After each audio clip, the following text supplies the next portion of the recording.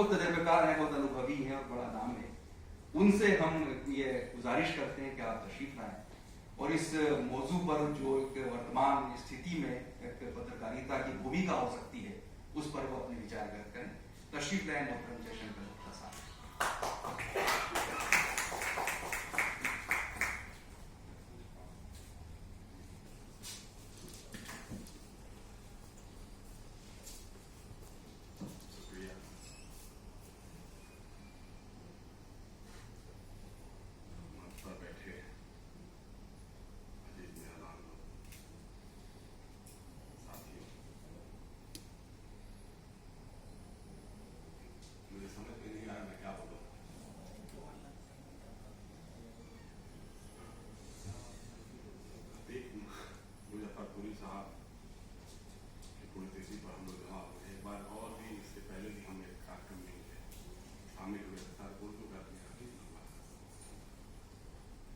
विषय ऐसा है, role of media in present scenario. कौन तय करेगा? मीडिया का रोल कौन तय करेगा? जयशंकर गुप्ता तय करेंगे, अभी वक्ता सामने बैठे वो तय करेंगे, मालिक तय करेंगे, शासक तय करेंगे, कौन तय करेगा? मालिक तय करेंगे तो कहेंगे कि भाई ऐसी सहाफत करो जिससे हमारी कमाई बढ़े, जिससे हमारे विज्ञापन बढ़े। तो विज्ञापन बढ़े फिर सरकार की हुकुमदुली करो, सरकार की डबली बजाओ। कुछ और भी मालिक हो गए, वो कहें ऐसी सहाफत करो जो हमको राजस्थान पहुंचा दे। दूसरे तरह के भी मालिक हो गए, वो कहेंगे कुछ ऐसा करो जिससे हमारे और जो बिजनेस व्यापार हैं अखबार और टीवी चैनल के अलावा उनमें लगातार इजाफा होता रहे, उस पर कभी ईडी और सीबीआई की निगाह न जाए, ऐसी सहाफत करो। तो तमाम तरह के हैं, मतलब इतना वास्ट है ये। अब जर्नलिस्ट तो कुछ कर ही नहीं सकता है। जर्नलिस्ट बहुत अच्छा कोई स्टोरी लेके आया है, बहुत अच्छा उसके मन में कोई गुबार आया, ऐसा हम ये लिखना चाहते हैं, छापना चाहते हैं, संपादक के पास देगा, संपादक देखेंगे कहीं अच्छा यार लिखेंगे तो कहीं ऐसा ना हो इससे नाराज न हो जाए, फिर तो मामला गड़बड़ हो जाएगा। ठीक है, आपको देखते हैं, 10 बार सोच विचार के बाद तय करें। तो इसमें सहाफी का तो कोई रोल बहुत रह नहीं जाता है। अच्छी से अच्छी स्टोरी लेके आएगा, छापेगा कौन, दिखाएगा कौन, सुनाएगा कौन? सबसे बड़ा सवाल तो ये है। तो ये सवाल तुम लोगों के लिए होना चाहिए कि role of media in present scenario क्या होना चाहिए। अब हमारे जैसे लोगों के लिए है कि हम तो थोड़ा पढ़ाई लिखाई में यकीन करने वाले लोग थे, तो हमारे सामने हमारे अकबर इलाहाबादी साहब फरमा गए, खींचो न कमान न तलवार निकालो, जब तोप मुकाबिल हो तो अखबार निकालो। तो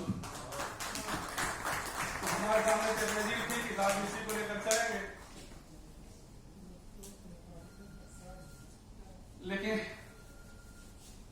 यहां तो तोप भी नहीं है, तलवार भी नहीं है, सिर्फ एक विज्ञापन है, सारा का सारा खपन।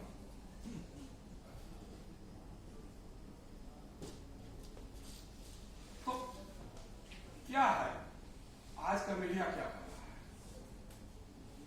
कुछ समय पहले मैं देख रहा था,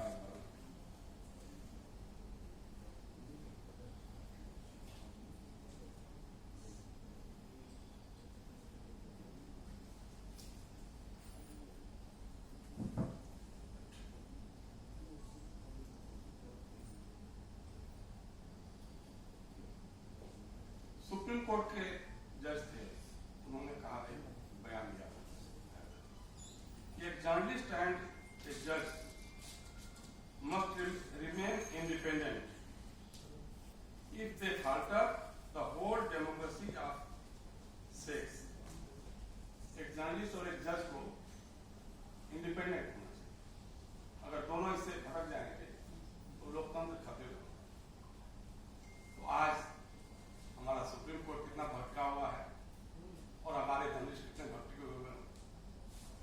किसी देश के सुप्रीम कोर्ट में, हमारे सुप्रीम कोर्ट के जजेस भाषण बहुत अच्छा देते हैं, लेख भी बहुत अच्छे लिखते हैं, कई कई ट्वीट भी बहुत अच्छे अच्छे करते हैं, लेकिन फैसला उसके उलट करते हैं। जो लिखते हैं, जो बोलते हैं, उससे उनके फैसले का मतलब नहीं होगा। ये दुनिया की पहली सुप्रीम कोर्ट होगी, बड़े अदब के साथ कहना चाहता हूं मैं, जिसने अफजल गुरु के मामले में फैसला दिया कि उसके आतंकवादी होने का, आतंकवादी संगठन से संबंध होने का कोई सबूत नहीं है, लेकिन कम्युनिटी कॉन्शियस को, सोसाइटी कॉन्शियस को सेटिस्फाई करने के लिए उसको फांसी देना जरूरी है। ये दुनिया की किसी सुप्रीम कोर्ट में, किसी अदालत में ऐसा कोई फैसला हो सकता है? और वो सुप्रीम कोर्ट कह रही है कि जज और जर्नलिस्ट अगर इंडिपेंडेंट हैं तो फिर क्या क्या हो सकता है? आज क्या है, जर्नलिज्म का क्या हो रहा है? दिन रात हम लगे हुए हैं नफरत का जहर फैलाने में। शर्मिंदगी होती है कई बार, हमको अपने पैसे पर शर्मिंदगी होती है, अपने नाम पे शर्मिंदगी होती है कि हम भी जर्नलिस्ट हैं। हमसे कहा था कि आप जर्नलिस्ट हैं। हम कर क्या रहे हैं, क्या दिखा रहे हैं? हम हीरो बना रहे हैं कौन? बिट्टू बजरंगी, मोनू मानेसर, ये हमारे समाज के हीरो हो रहे हैं, इनको हम हीरो बना रहे हैं। हम कभी सच दिखाने का सामना नहीं कर पा रहे हैं। मेवात को कैसे दंगे की आग में झुलसा दिया गया, जिस मेवात का एक इतिहास रहा है, चाहे वो आजादी की लड़ाई रही हो, जंगी आजादी रही हो, या उसके पहले बाबर के खिलाफ जब राणा सांगा जब लड़ रहे थे, उस समय मेवात के सरदार खान ने किस क्या किया था। लेकिन हम दिन रात अखबार में क्या छाप रहे हैं कि साहब वो कहां से तो पत्थर फेंके गए थे, शोभा यात्रा निकल रही थी, उसपे पत्थर फेंके गए, उसपे हमले हुए। किसी एक सहाफी ने नहीं पता करने की कोशिश की, पता भी किया होगा लेकिन लिखा नहीं होगा, लिखा भी होगा तो छपा नहीं होगा, बोला होगा तो दिखाया नहीं होगा। जो शोभा यात्रा मस्जिदों से होकर जाती है तो मस्जिदों के पास रुक करके उसके नारे क्या होते हैं, किस तरह के नारे लगाए जाते हैं, कभी इस पर चर्चा नहीं, कोई अखबार, कोई टीवी चैनल कभी इस पर बात नहीं करता। हमने टीवी चैनलों पे हम थे, हमने कहा भाई जरा उसका भी एक वीडियो लाओ, उन लोगों के पास तो बहुत सारा वीडियो पड़ा होगा ना, उसको दिखाओ किस तरह के नारे लग रहे हैं। ऐसा तो पहले कभी नहीं होता था। शोभा यात्राएं भी निकलती थी, ताजिए के जुलूस भी निकलते थे, मुहर्रम के भी जुलूस निकलते थे, कभी ऐसा कुछ तो होता नहीं था। लेकिन आज हमने ऐसा एटमॉस्फेयर क्रिएट कर दिया है, ऐसा माहौल बना दिया है। इसलिए क्या कहें, मीडिया के बारे में जो हमने कहा कि वो अकबर इलाहाबादी साहब का बात में किसी ने कहा गुबारगंज का हरफों का बयान करते हैं, यूं गुनहगार सरेआम खता करते हैं, छप कर बिकते थे जो अखबार करते, इन दिनों बिककर छपा करते हैं। पहले ही सौदा होता था। ये है हमारी असलियत आज की, ये है। वहीं पे जब राहत इंदौरी कहते हैं लश्कर भी तुम्हारा है, सरदार तुम्हारा है, तुम झूठ को सच लिख दो, अखबार तुम्हारा है। ये है, ये हो रहा है। इस दौर के फरियादी जाएं तो कहां जाएं, सरकार तुम्हारी है, दरबार तुम्हारा है। सरकार भी तुम्हारी है, अदालत भी तुम्हारी है, अखबार भी तुम्हारे हैं, हम कहां जाएं? कौन हमारी बात को सुनेगा? हमारा मीडिया दिन रात, जो मैंने कहा वही, कि किसी खास मकसद से नफरत का जहर फैलाने में लगा हुआ है। सवाल करता है वो, लेकिन किससे सवाल करता है? जिससे सवाल करने की जरूरत है उससे नहीं करना, वहां पहुंच भी नहीं सकता। ऐसा सवाल वो अपोजिशन से करता है। अभी पार्लियामेंट में नो कॉन्फिडेंस मोशन पे चर्चा है, तमाम तकरीरें निकाल करके राहुल गांधी ने क्या बोल दिया, अधीर रंजन चौधरी ने क्या बोल दिया, फला ने क्या बोल दिया। किसी मीडिया वाले ने नहीं पूछा कि प्रधानमंत्री जी ने क्या बोल दिया। प्रधानमंत्री जी ने कह दिया कि साहब दरभंगा में एम्स चालू हो गया है, अपने से कभी लोग बिहार के होंगे, बिहार के बारे में जाने नहीं। किसी मीडिया हाउस में, किसी अखबार में, किसी टीवी चैनल पर सवाल नहीं उठा कि जहां नींव भी नहीं पड़ी वहां अपने साहब हुजूर आला अपने एम्स कैसे चालू कर दिया। आपने कह दिया कि साहब वो कांग्रेस के जमाने में मार्च 1966 में 5 मार्च को मिजोरम की राजधानी एडल पर बम बरसाए थे भारतीय वायुसेना ने। चूंकि प्रधानमंत्री जी ने कह दिया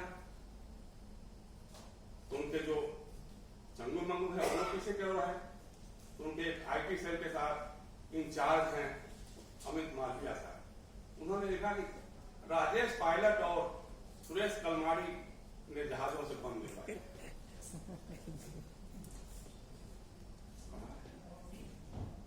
किसी ने नहीं सवाल किया कि भाईजान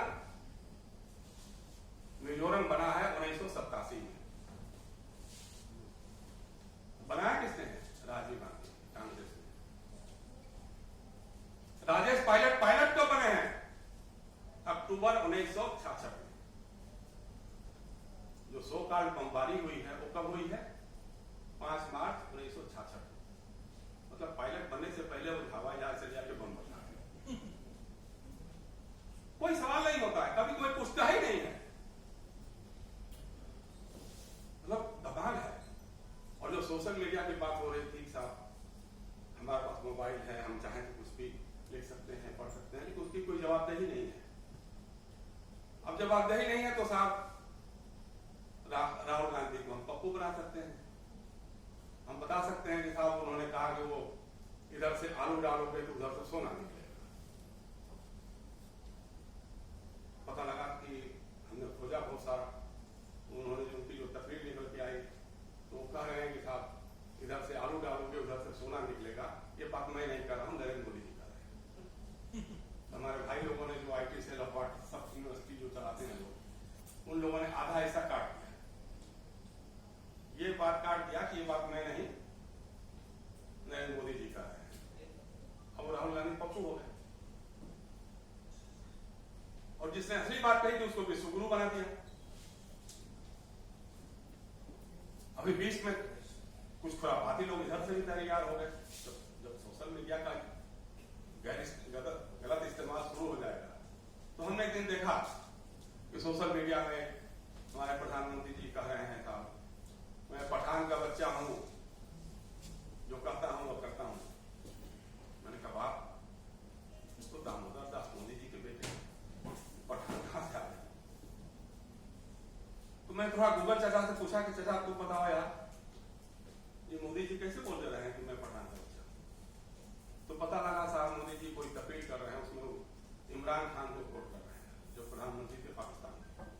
उन्होंने मोदी जी कह रहे हैं कि जब उनसे मिला मैं तो इमरान खान कह रहे थे कि मैं पठान का बच्चा हूं, जो कहता हूं सो करता हूं। तो भाई आप लोगों ने इधर से आलू डालोगे उधर से सोना निकलेगा, मोदी जी की बात को चस्पा कर दिया राहुल गांधी के नाम से। तो दूसरे खुराफाती लोगों ने आधा उसका इमरान खान का काट के आपको पठान का बच्चा बना दिया। तो ये जर्नलिज्म हो रहा है। इस सोशल मीडिया की कोई रिस्पॉन्सिबिलिटी नहीं है, कोई जवाबदेही नहीं है। आज हमने इस जब से मैं आने के लिए मैंने फेसबुक पर डाल दिया था कि इसमें तो हमारे दोस्त ने फेसबुक पर डाल दिया साहब यूपी गवर्नमेंट ने एक फरमान जारी किया है कि जो नेगेटिव खबरें छापने वाले लोग हैं उनकी लिस्ट बनाई जाएगी और उनका फैसला डीएम करेंगे। गलत खबर, फर्जी खबर, नेगेटिव खबर, अब सरकार के खिलाफ कुछ भी लिखेंगे तो नेगेटिव ही होगा। सरकार के बारे में लिखने वाले तो बहुत सारे लोग हैं, विज्ञापन देने वाले हैं, उनका सूचना विभाग है, वो सब जारी करेगा। लेकिन जो अखबार नवीस है वो अगर खबर लिखेगा तो फिर तो नेगेटिव खबर हो गई, नेगेटिव खबर हो गई। तो इसका मतलब कि प्रेस काउंसिल ऑफ इंडिया को भंग कर देना चाहिए। जब डीएम तय कर लेगा कि क्या गलत है क्या सही है फिर तो कोई बात ही नहीं है। तो इस तरह की जो कोशिशें हो रही है सच को दबाने की, असहमति के स्वरों को दबाने की जो कोशिशें हो रही हैं, ऐसे हालात में मीडिया का रोल क्या हो सकता है?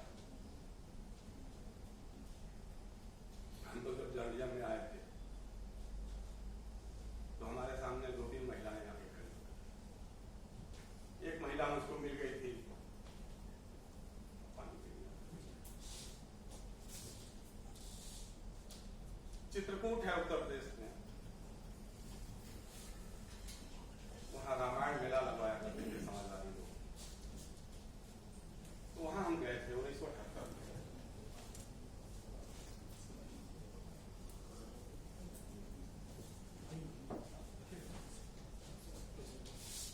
आइए,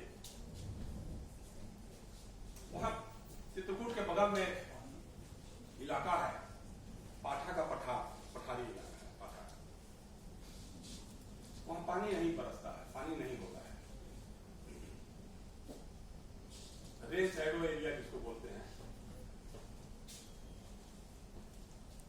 वहां औरतें जो हैं कई कई किलोमीटर दूर से सिर के ऊपर घड़े में पानी लेकर के आती हैं, घड़े पर घड़ा करके, और एक गीत गाती हैं।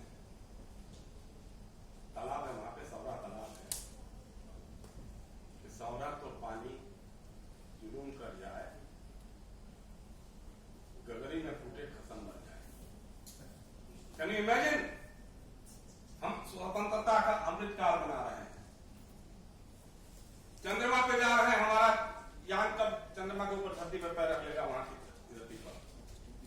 लेकिन हम पाठा के पठारी इलाकों में पानी नहीं पहुंचा पा रहे हैं। औरतें कह रही हैं कि सौरा तो पानी जुलूम कर जाए, गगरी में फूटे खसम मर जाए। मतलब गगरी जो सर के ऊपर के ना ही फूटनी चाहिए, मेरा पति भले मर जाए। एक औरत, एक दूसरी औरत मिलती है, वो कहती है,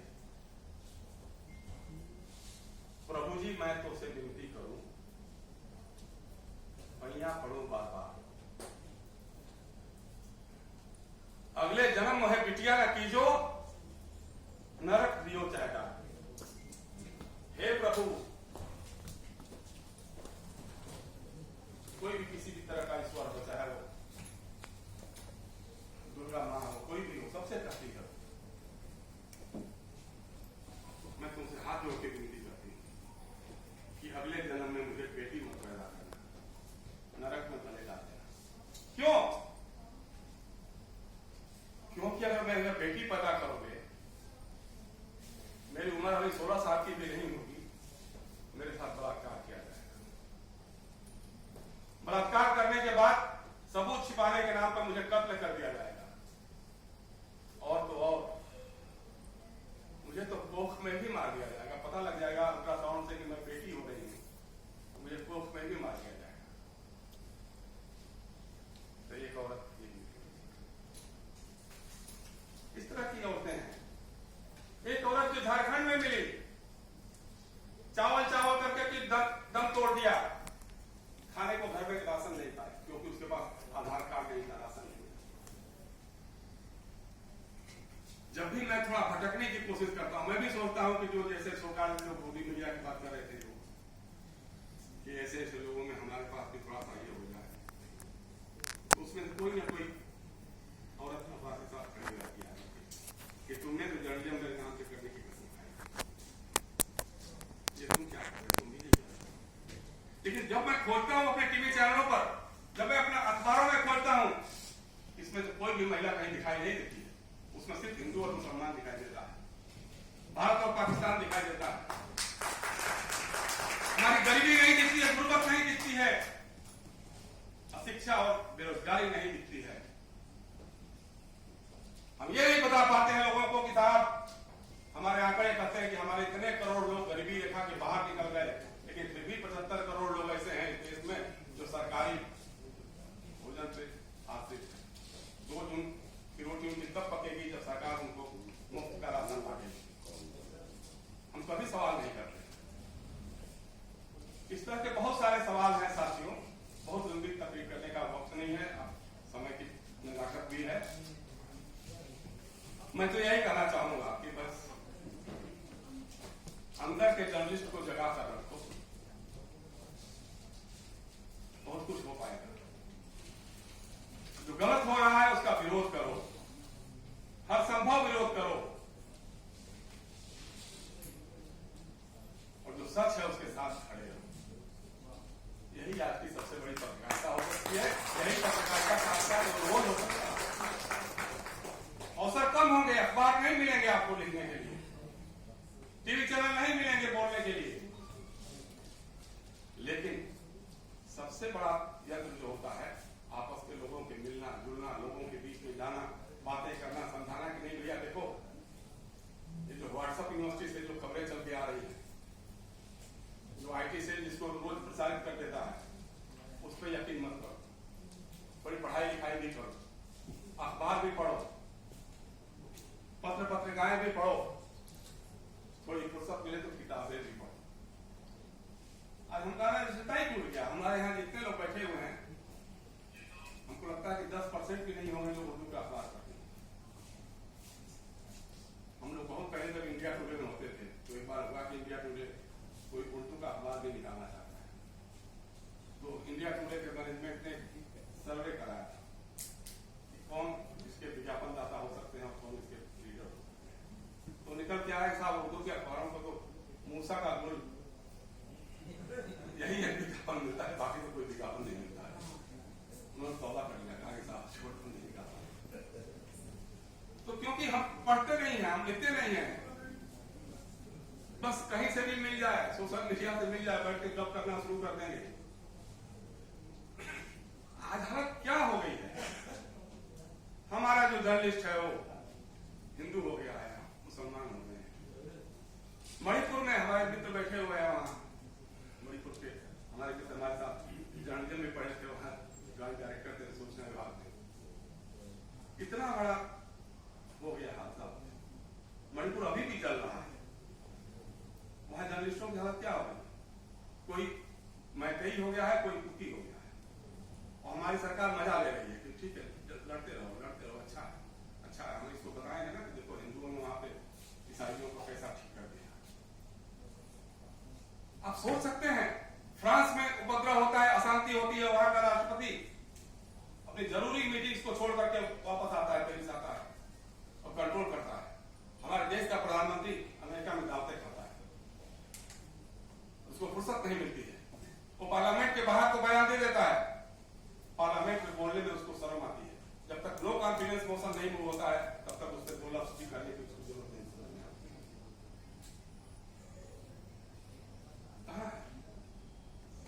ये सारे सवाल हैं साथियों, कभी हम लोग बैठकर इस पर चर्चा करेंगे। और इन शब्दों के साथ मैं मुजफ्फरपुरी साहब को अपनी श्रद्धांजलि पेश करता हूँ। आप सब सुने, इसका बहुत बहुत धन्यवाद। कुछ गलत निकल गया हूँ, कैसी तस्वीर थी गुप्ता साहब की, एक बार बताइए जरा।